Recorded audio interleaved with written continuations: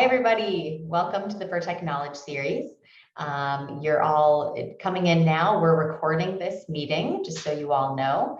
And today we're very excited to have a presentation by our very own Dr. Charlie Shearer, who is a fan favorite. And this talk is going to be on visual processing. Yeah, you know you are. This talk is going to be on visual processing speed and reaction time, its relevance in sports and rehab. So I think this is one of the most popular topics that people seem to tune in for. So I'm going to go ahead and read their biographies, and then we'll go ahead and kick off the presentation. So Dr. Charlie Shearer, who most of you have met before if you joined us, is a neurooptometrist with his own practice in Indiana, specializing in vision therapy, pediatric vision, visually related learning problems, and sports vision enhancement. He's someone who's always had one foot in product development and the other in clinical practice, bringing his vast clinical experience to the innovation of new and useful products for companies like Bertec. We love having him host webinars for us because he truly cares about the multidisciplinary approach and that we're trying to achieve by bringing together leaders in movement sciences to share best practices and explore new research for clinical application. So we're very excited to have you with us again, Dr. Shearer. And then Dr. Fernando Santos is also here as our co-host. He has his PhD in biomechanics and movement sciences and is an accomplished PT who worked with Paralympic athletes and people with balance impairments in his own clinic. He's a senior applied biomechanist with Bertec and also my partner in creating this webinar series. So welcome to you both. We're happy to have you. So before I kick this off and share my screen and play Charlie's presentation, just a quick reminder that you should please follow us on YouTube at Bertec HQ. You can find past recordings of webinars there, and we'll share portions of this one as well. So please click subscribe so you don't miss anything. And during the pre-recording, it was about 25-ish minutes, I believe. Don't hesitate to write your questions directly in the chat function because Dr. Shearer will be able to answer those questions throughout the presentation. And then we'll also reserve some time at the end for a Q&A. And Fernando just posted our YouTube channel in the chat. So keep your chat open and ask your questions of Dr. Shearer there. And I'm going to go ahead and share my screen at this point. So we'll see you all soon. Hello, everyone, and welcome back to another webinar in the Bertec Knowledge Series. I'm Dr. Charles Shearer, a neurooptometrist, and I wanted to share with you today my thoughts on visual processing speed and reaction time. The things we'll try to cover today are to define and discuss visual processing speed, what it means to me.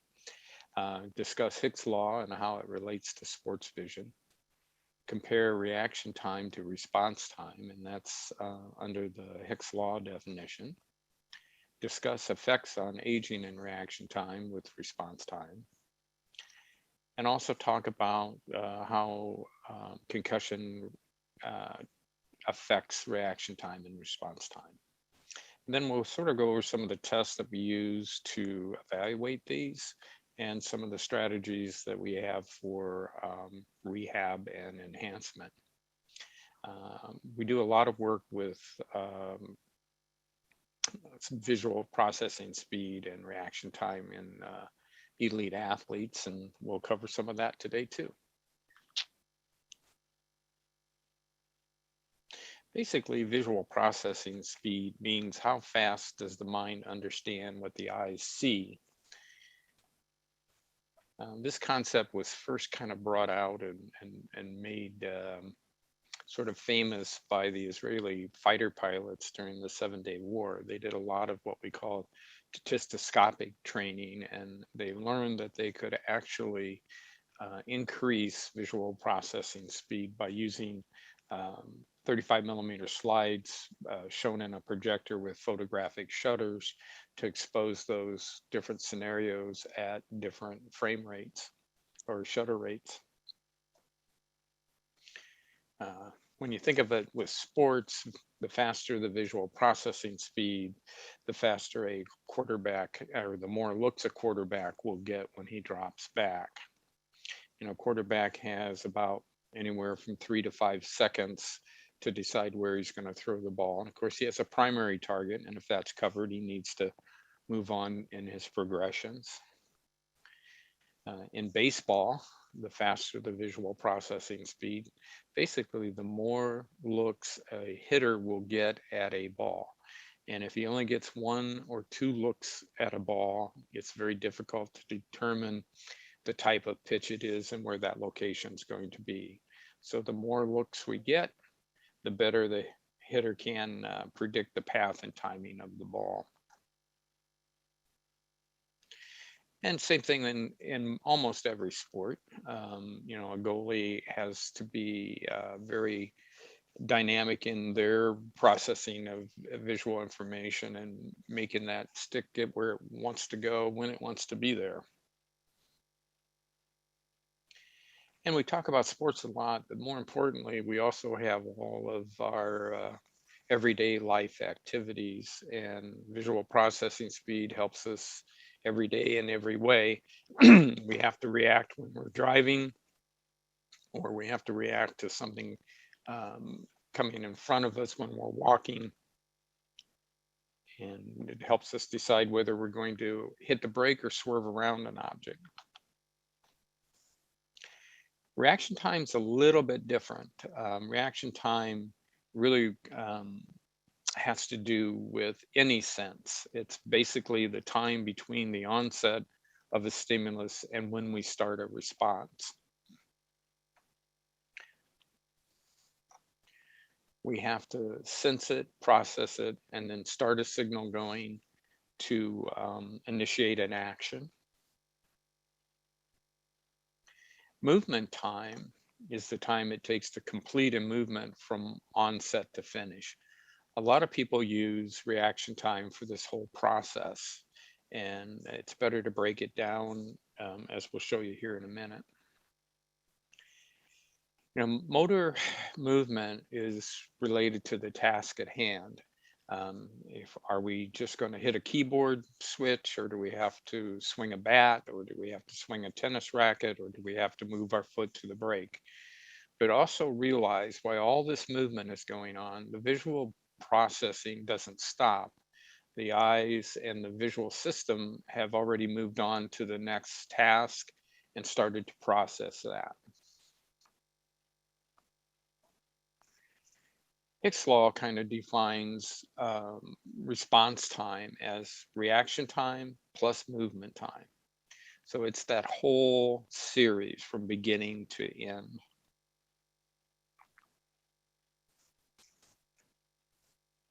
We'll play a measurement or a little video here that kind of shows that. The BVT device has a reaction time component to it that is actually set up to measure both reaction time and movement time, and therefore, of course, response time. When that starts to flash, you put your finger on the target. Once it's there, it flashes to another one and you move to the second target. So kind of watch that again. And the time it takes from when the target is presented to the finger starts to move is reaction time. Time to move from one target to other is the movement time, and add it all together, it gives you response time. And it's sometimes useful to know if there's a deficit, where that deficit is. So this is just a sample printout of what we were talking about. You can see in the first trial, the reaction time was 0.37 seconds. The total response time was 0.66. And of course, you can get movement time by subtracting those two. We also want to talk about single target and fast and choice targets. Again, this is all under Hicks definitions. Basically, the more choices you have, the slower the response times are going to be. So if we have a single action and a single background or a single task, that reaction time is going to be greatest. If we have multiple choices, as you see here in this part of the video, where we have to react to different spaces and different places, that's going to slow down our reaction times. And you can kind of see this in the printout here. The first time it was a single task. The second time we have multiple tasks, and those multiple tasks are simply going to take longer to complete.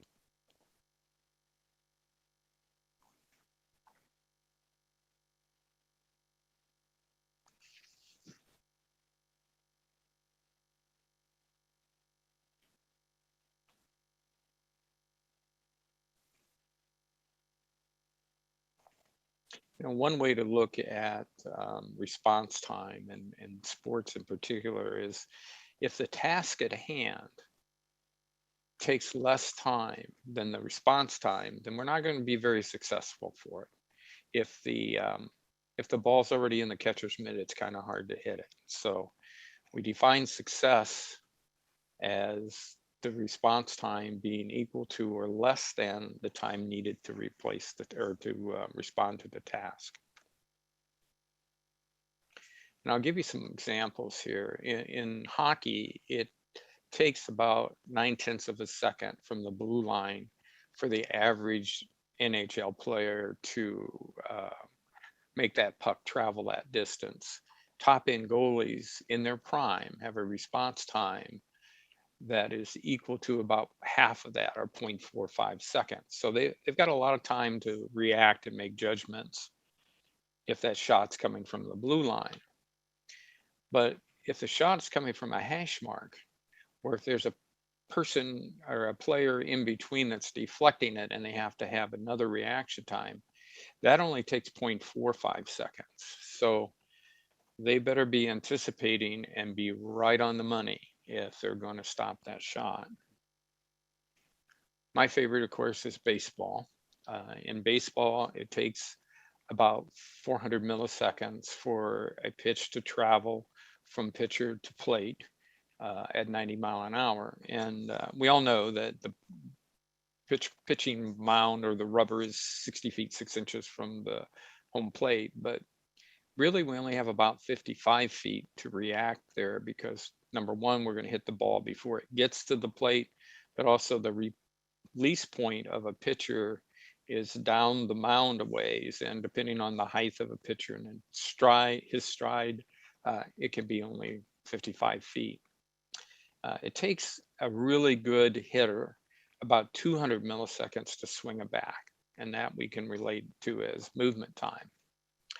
That gives the hitter about 200 milliseconds to decide when, where, and if to swing, and that's the reaction time.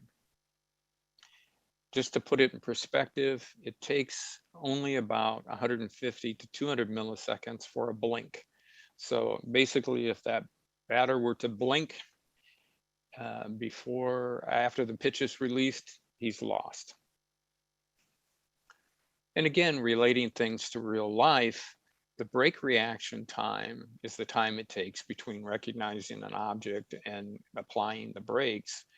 And research has shown that in the average driving population, that can be about 2.5 seconds.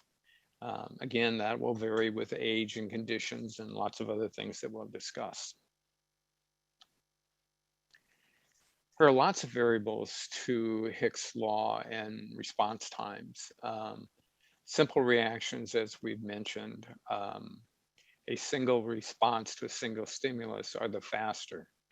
I know where I'm going to move my hand, or I know where I'm going to move my foot and how far, and I'm only looking for a qualified stimulus to move that. So those reaction times are going to be very fast. Choice reactions, which are a single response to multiple stimuli, I'm going to move my hand over and touch the desired stimulus, take longer because we have more processing, more cognitive tasks that we have to do during that. And as we've said, the simple reaction times are faster than choice reaction times. And Hicks and his group actually came up with a formula or algorithm to process that or to predict that. And you can see that the biggest variable there is the number of choices. When we think about Hicks' law and sports, again, I'll relate this to baseball. In baseball, a hitter early in the count is going to be looking for his pitch. So he's going to look for a fastball down and out, or based on the pitching and the scouting reports of where that pitcher likes to throw. And he's going to look for just that one pitch. So basically, he's got one target to look for, and his response is going to be in one place. So it's sort of like, and it's kind of oversimplistic, but it's sort of like a single response to a single target. Once he gets later in the count, that pitcher may throw that ball in any location, any type of pitch, and at any speed. So here he has multiple stimuluses that he has to look for, and he has to move the bat to a different location based on that processing of that information. And therefore the response time is a little slower. And as I kind of alluded to this, you can equate reaction time to pitch recognition, movement time to bat speed. And basically the response time is adding those two together. And he's going to have a higher success rate on getting his pitch in his spot when he's looking for it. More other variables to response and reaction times are age, which basically those of us in our 60s are sad to say that peak reaction time is at age 24, and it starts to decrease anywhere from 4 to 10 milliseconds per year from that point. That's when experience and other factors really start to help us out, anticipation and things like that. Other interesting variables are taller subjects, excuse me, taller subjects have slower response times. And that's even to the same task, even like dropping a ruler.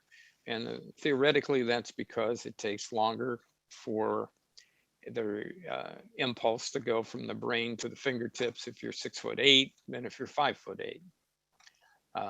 Auditory responses are quicker than visual response times. Subjects that lead sedentary lifestyles, who haven't had sort of a lot of practice in responding, have slower response times. And again, that's true even of the ruler drop way of measuring this. It's not a motor part, it's a processing part in most cases. And again, males have better response times to start with, but males degrade faster with age than females, so that those things kind of cross over. And I'll make no political comment about males degrading faster than females. Concussion negatively affects reaction and the response times, as we've all seen clinically. A really good study that showed that was by Dr. Clark, Joe Clark at University of Cincinnati and his group.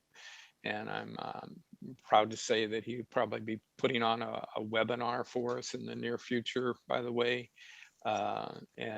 He's a very good researcher. But basically, those patients who had concussions, post-concussions with visual deficits, have much slower response times than those who don't.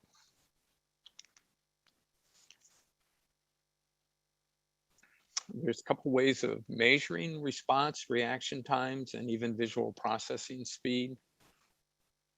We'll go through each one of these sort of quickly. My favorite, the one that I was responsible for helping design, is the BVT. And I showed you the reaction time a little earlier with that.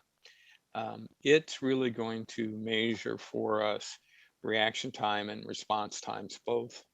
And we can do that, interestingly enough, with either moving the arm, upper body, or we can do it with a force plate moving the center of pressure. And we also can do this under various backgrounds and targets, what I like to call visual reality. And let me show you a quick video.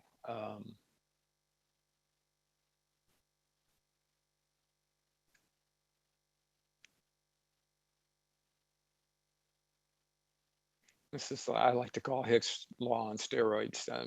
Try to figure out the number of stimuluses and responses that are required here. But basically, the subject has to respond either with the reaction time that we showed you before with different backgrounds, our optokinetics. You can imagine how distracting that is. He just got to put his finger on the dot or the circle to the left, and as soon as the one on the right comes on, he has to do that.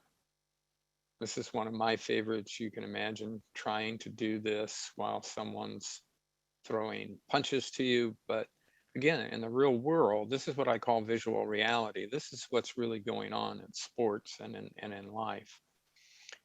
We all know how patients have problems with the grocery aisle and how distracting the peripheral stimulus can be. Imagine trying to react when all of this is going on. When we're doing these measurements, we can not only change the background, but we can change the target size and grid. Grid refers to how far the targets are spread apart. You see here it's being spread much further apart. And of course, this is on a 55-inch touch-sensitive screen. Smaller targets are harder to see, take longer to process, and harder to hit. We can also change the sensitivity, which basically means you don't have to hit exactly on the target. There's a zone around that.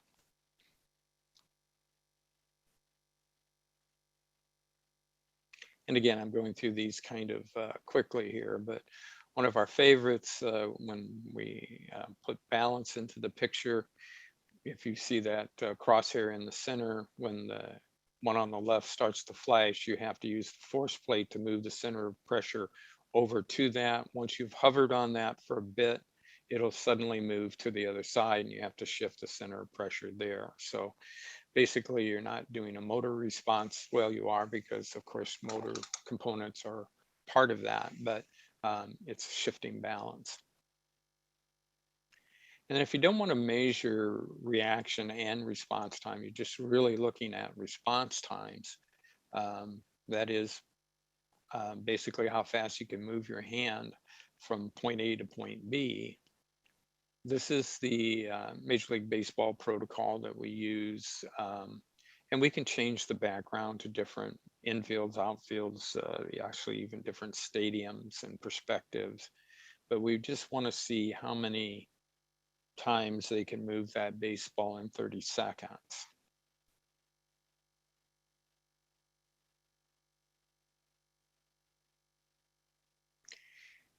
Another way of measuring visual processing speed that I use in the office a lot. I bought this instrument. It's unfortunately, I think, been discontinued, but just to I wanted to show it to you anyway, because there's a lot of these out there and you may come across them.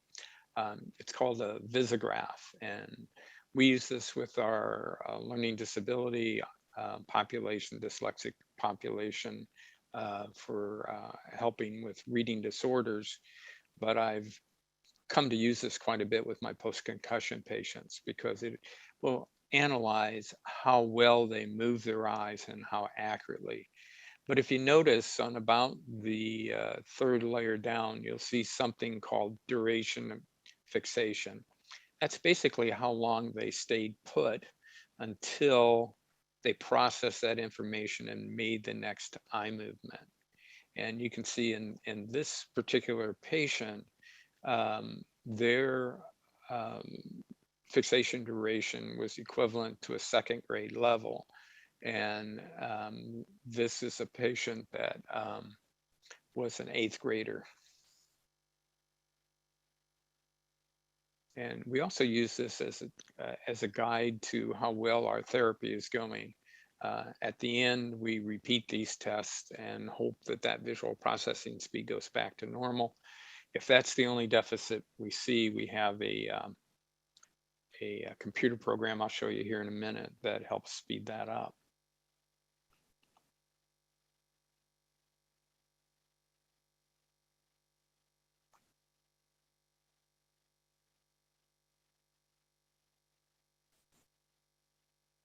This is what we call a stethoscope.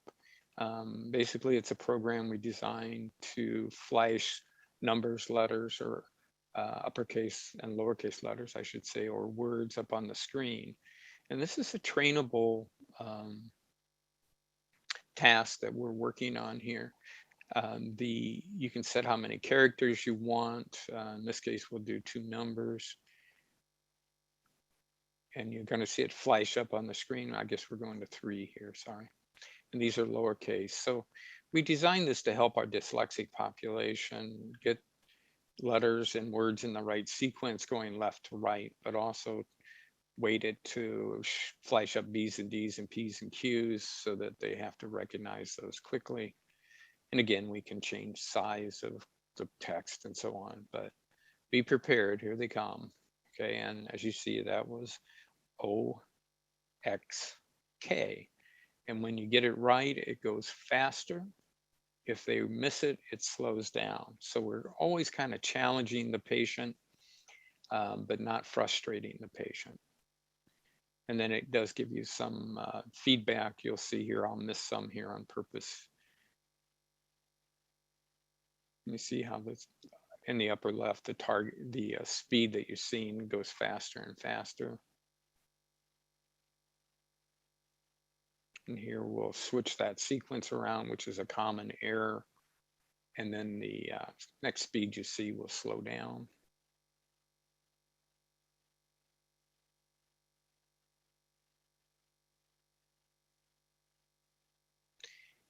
And with 3 letters or numbers, it's fairly easy. So obviously you adjust this for your subject. We do this test with our Major League Baseball players, but we do it, as you'll see here in a minute, with a few more numbers and starting at a much faster speed. So again, get ready to look because they're going to be flashed up there pretty quick.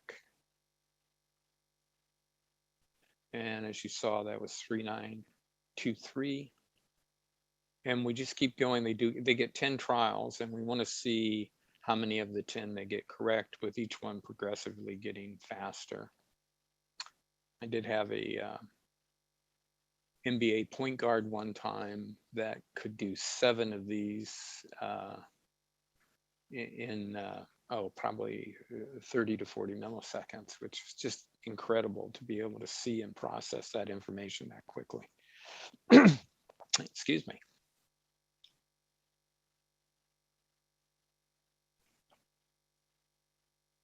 And it gives us a good readout of their speed, which in any sport, how fast they understand what they see is very, very critical. Probably the standard way of measuring reaction time in the past and even today is the ruler drop. And basically you hold the ruler up, patient looks or subject watching for you to drop it. As soon as you drop it, he's going to pinch. And then as you see on the scale there, it converts how far down on the ruler they caught it to the reaction time. And what they call reaction time, of course, we're calling response time. So I'm going to put you to the test here. I did a little quick XD program here to kind of demonstrate a few things. But remember, it's 200 milliseconds to decide whether to swing or not. 450 milliseconds, it takes the puck to travel from hash mark. And then about a second, if you've got that much time, you're lucky with a quarterback.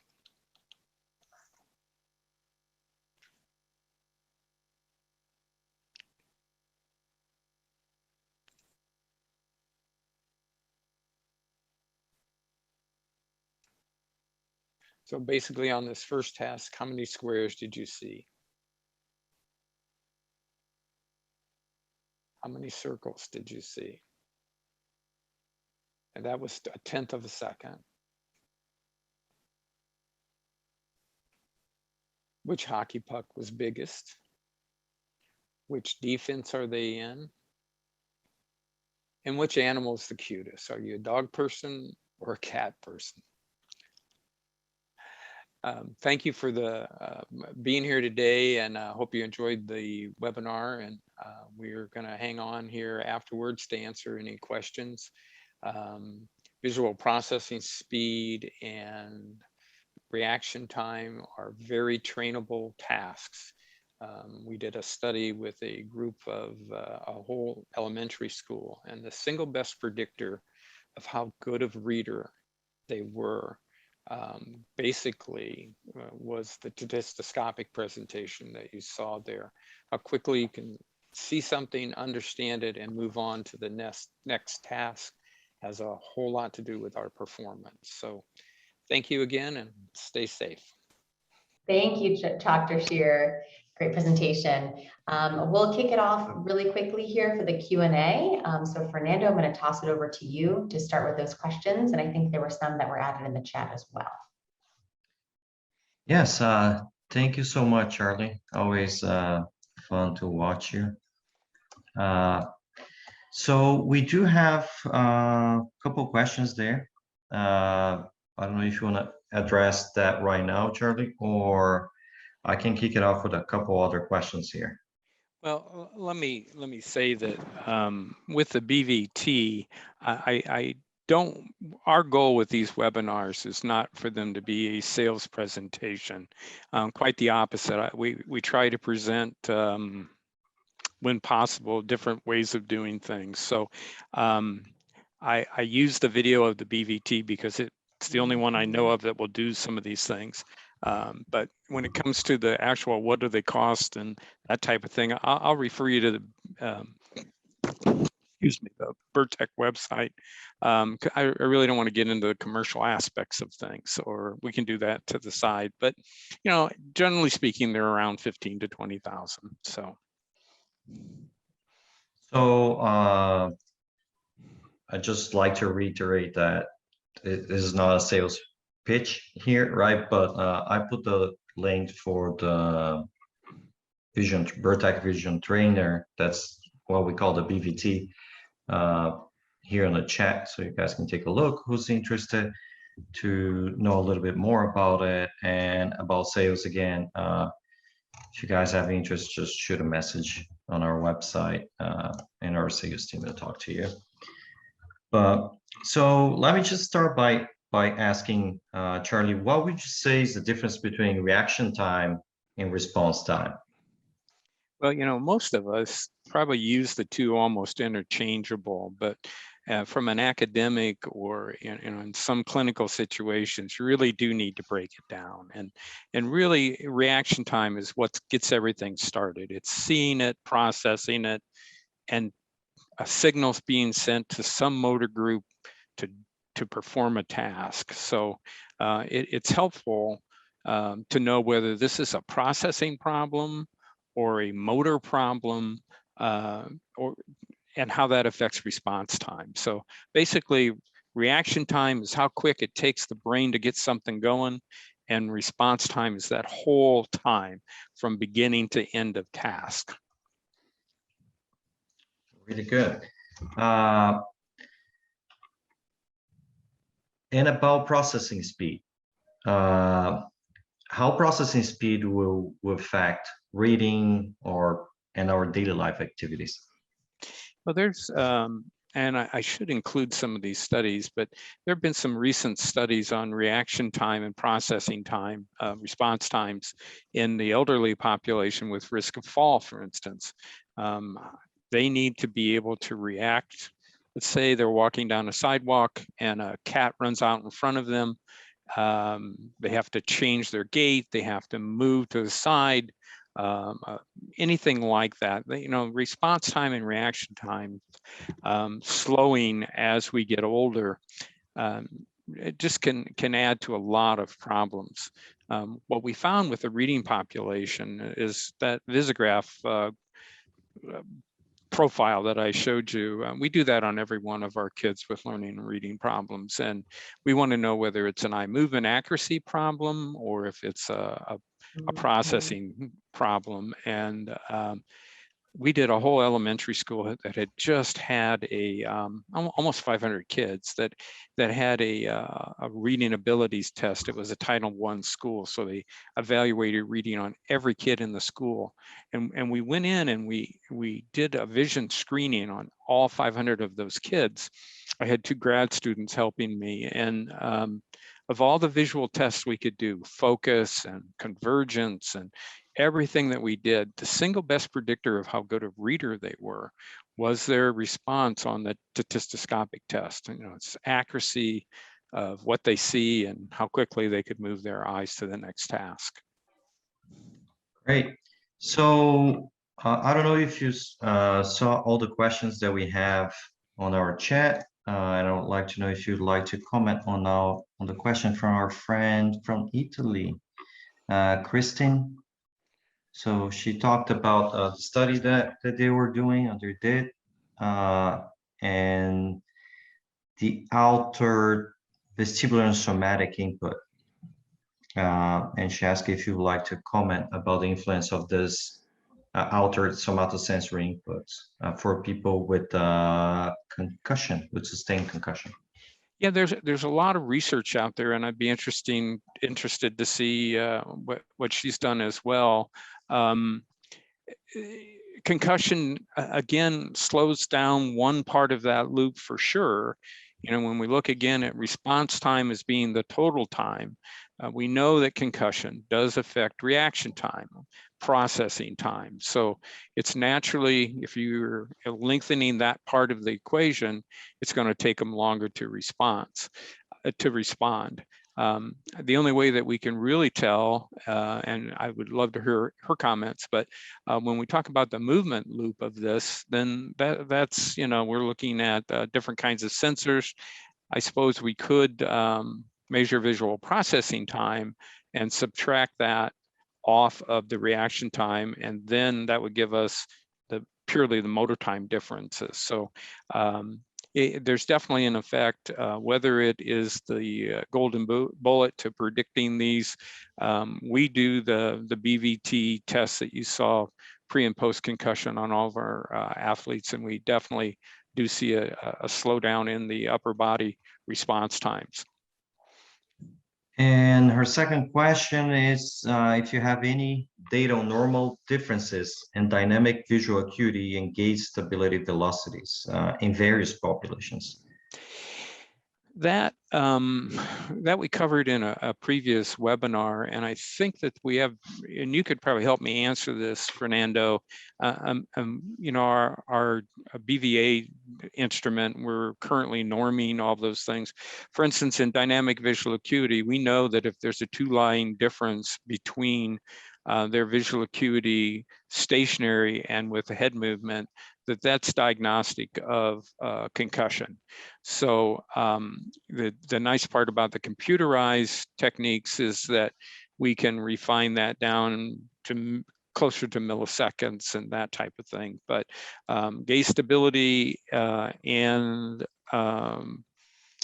dynamic visual acuity are subject to the same variables as processing, where, you know, there's age variables, concussion, anything outside the normal, unfortunately, can have a negative effect on that. We just need to really get the data normalized so that we can use it as a return to play criteria, for one thing. And what makes it difficult to do those norms is that the equipment keeps changing. We can't norm, we can't equate previous studies to the newest studies with the equipment. So I can tell you there's people working on it. Fernando, do you know of any studies pending or coming out? I know there's at least a half a dozen people working right now. Yeah, there's a lot of people working on that. I don't have anyone in any specific study in mind, but I will say we will leave our email here on a chat, and so you guys can send this question to our email, and I will look at those new studies, and we can exchange some studies and some papers. To our friend in Italy again, Kristen. So if you email us, I'll take a look on those papers for you. We really do try to answer those. So if you ask me a question Yeah. that I don't know the answer to, it bugs the heck out of me until I go find out. So it might take me a week, but we will get back to you with an answer. Yeah, that's true. Charlie always answers the questions, and sometimes we end up some questions are so interesting that we end up becoming a blog post, right? I try to extend them a little bit more. So the next question here is from Peggy, and Peggy says, we know that faster is better for our athletes. Are there any normative studies in athletic populations or established goals for different sports? And again, it's the same type of thing that I just mentioned with BVA. The technology keeps changing. I have 10 years of data with the BVT or similar devices on Major League Baseball players. Duke University and their group down there has published a lot of that. I had the privilege of working with Nike, but their equipment was slightly different. So it's hard to compare apples to apples because the technology keeps changing. But yes, there's studies out there that we're getting to the point where it's not just sports specific, but position specific. I mean, it's, you know, if you're an outfielder, the key visual skill is depth perception. You got to be able to get a good jump on that ball and move quickly. If you're a third baseman, hot corner, man, you better have good reaction time or you're going to be eating baseballs. So it is not only sport specific, but position specific. So just because Charlie referenced several times now the BVA is the Bertec Visual Advantage. I just put a link there too. I know this has been, it's been the webinar that we're posting a lot of things about Bertec, but just bear with us because that's really interesting because Charlie has a lot of experience with those equipment. So it's interesting to hear from him and have him talking to you guys. So the next question here is from Michael. He asks, what does reaction time training consists of in order to improve values? Again, today's standard for in athletics and in rehab are the computerized devices such as Dynavision, Synaptic, and the BVT, those types of things. Nike was probably one of the first to come out with that equipment under their Spark program.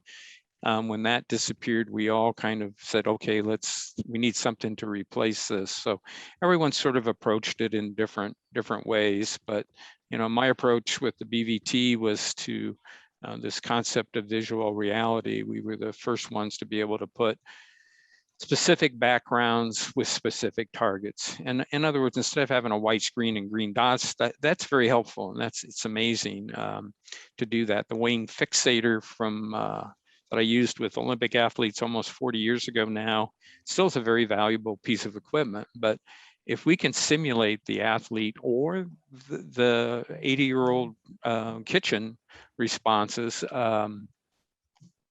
with a visual background that's realistic and a task that's realistic, we're going to probably be better. So yeah, there are many of them out there.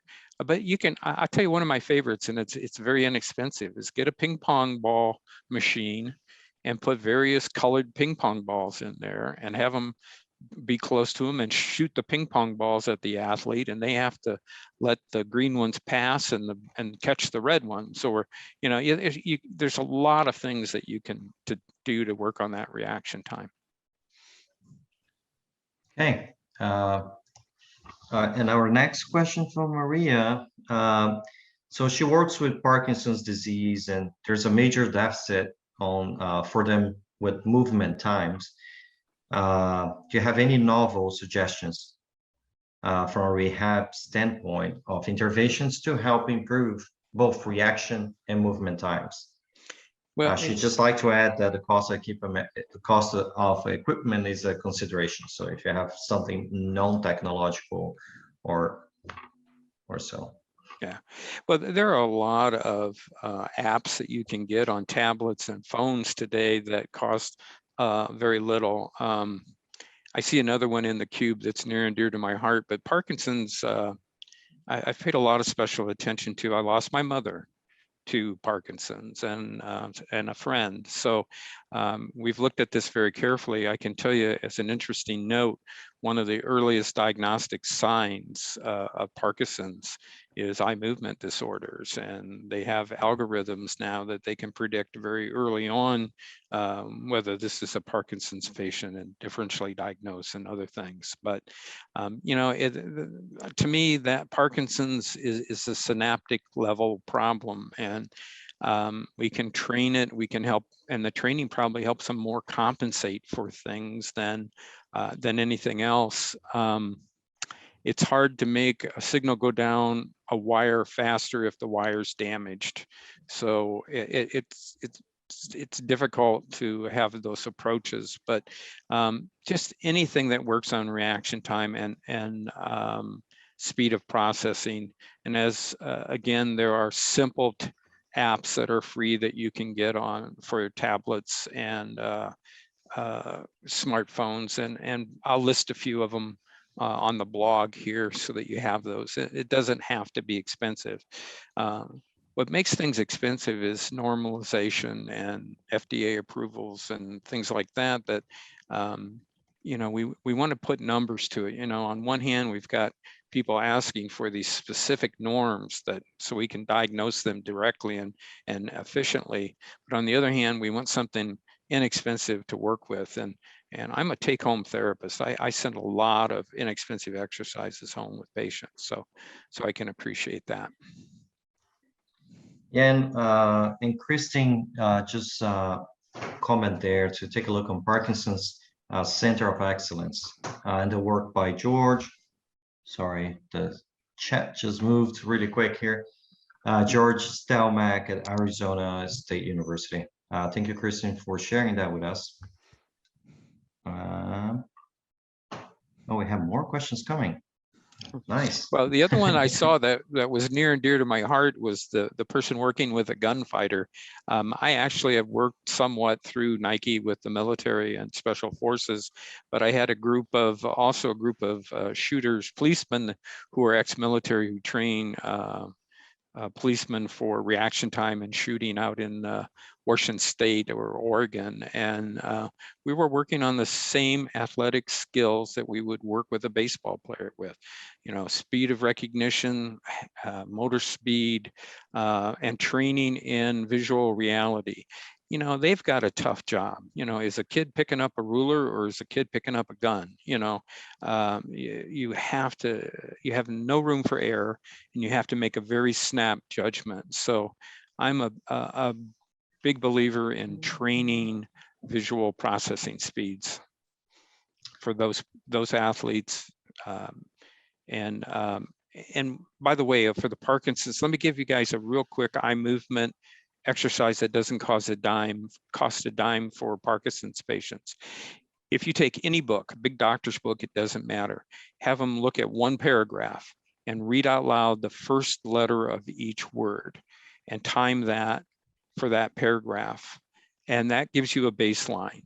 And then go practice once a day on other paragraphs and have it say out loud to someone. And we don't care what the words are. It's not a cognitive task. We're just trying to train them to pick out the first letter of each word so they get those eye movements accurate. And you should see some improvement and help with those reading skills with that. But again, be practical, because you can't always improve something that's damaged beyond repair. So our next question here is talking about the high-level athletic population, and training is done with BVT. So did you see, or did you guys see any improvement in response time in the athletic population after BVT training?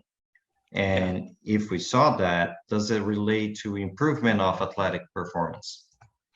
And again, it's task specific. if we are talking about a pitcher and we put him through eye-hand coordination skills and we can show improvement in that, we might improve his fielding percentage a little bit, but the pitcher's job is pitching. So is it going to improve his overall performance? You're better off working at balance. Now, if we're talking about infielders, yes, then reaction time is specific to performance. And Dr. Clark at University of Cincinnati did a study about 10 years ago that put Cincinnati's baseball team through vision training exercises, part of which were eye-hand coordination with the dynovision. And their performance and their hitting skills the next through that year were statistically significantly better. So I won't make a real long answer, but again, I will post if you can't find a really good study on baseball. And one of the people that helped him with his study was Johnny Bench, the Hall of Fame catcher. So it's a really good study I'd refer you to. Nice. And we do have more studies coming on that. Just to say it, if I'm not mistaken, we have 2 or 3 studies that will come with that type of data. Okay. Next one. It's not a question, but it's Christine just saying tomorrow you might also want to integrate rotational movement. Also begin with patients unlocking movements by raising the toes.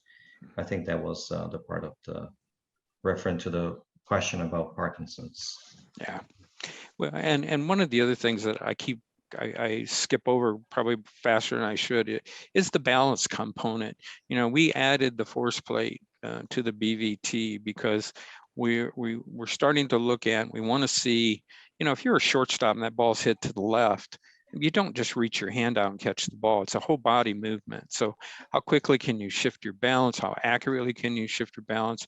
Not just left to right, but forward and back. And so we want to look at, the goal seems to be always with these things to diagnose or to determine what's the skill of a really good athlete.